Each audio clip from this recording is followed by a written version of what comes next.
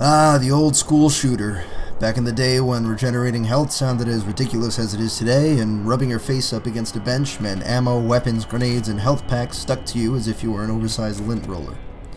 F.E.A.R, which is a strenuous acronym for First Encounter Assault Recon, as it's undoubtedly referred to in the industry, is about a secret elite military group of the same name whose sole job is to investigate and take care of supernatural entities that have taken up residence in large corporate office buildings.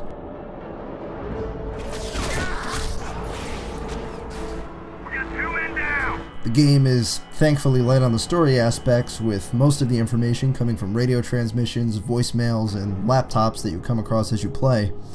But if you ask me, if you're leaving enough information on unprotected laptops and voicemails strewn about your office that anyone could come along and form a concrete narrative from it, you should probably rethink a company strategy or two.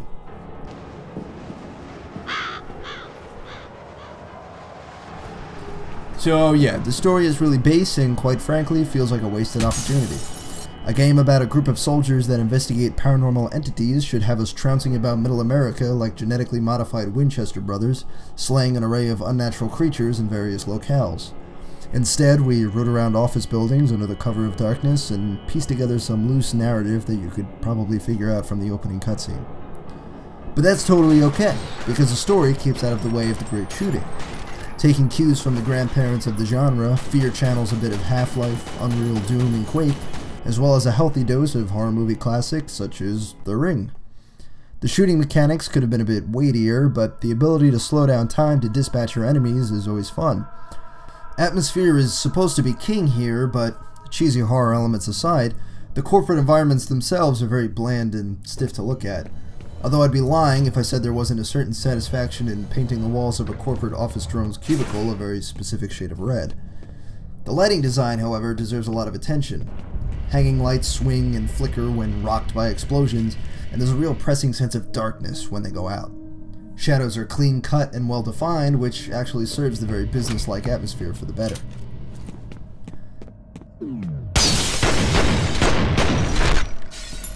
F.E.A.R manages to balance tense action with exploratory downtime very well.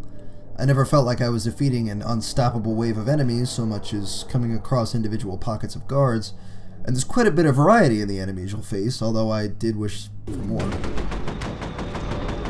Just when the shooting starts to wear on you, the game lets you breathe and go hunting around the levels for health or slow-mo upgrades, caches of weapons, and those expository laptops. Sometimes an occasional ghost-like character will appear behind a wall of glass or locked door in order to taunt you and suggest that maybe there's a slight chance you're part of some sort of secret government experimental program, and also you have no real parents. You again. The level design leaves a little bit of room for experimentation in how you go about killing your enemies, a choice that makes me wonder why most games nowadays are hell-bent on shooing you down a straight corridor for 8 hours.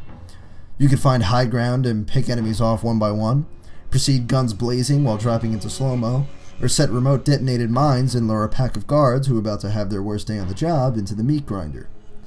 This combat choice is coupled with a rather standard but satisfying arsenal of weaponry. The descriptively named 10mm HV penetrator was my favorite of the bunch. Watching a flailing enemy get an arm pinned to the wall behind him in glorious slow motion never got old. Using grenades or other high-power weaponry could make your enemies disappear in a very visceral red poof, an action that's as fun to watch as it was to execute. It's a shame that the really fun and interesting weapons don't come about until the very weak last chapter when you're barely given any time to use them before the credits roll. The AI is also fairly impressive, even by today's standards. Encounters with them always played out differently than the last, and they had a range of tactics that they would switch to depending on the situation. If I had my flashlight on when I sauntered into a room, they would intelligently call out, "Flashlight!" When I ran towards them or tried to work around them, they would yell out, "He's rushing!" or "He's trying to flank us!" To which I proceeded to do the exact opposite. On second thought, maybe these loud-mouthed genetically modified super soldiers are light in the head after all. Flashlight! F.E.A.R is a game that was released on the tail end of an era that has long since passed, and it's easy to see the modern conventions that define current shooters looming at the edges, like the ability to carry only 2 weapons and a pistol at the same time. The lighting design is still something I've yet to see pulled off as effectively as it is here, and the slow motion combat is a tool that feels less like a gimmick and more like an integral part of the gameplay and atmosphere.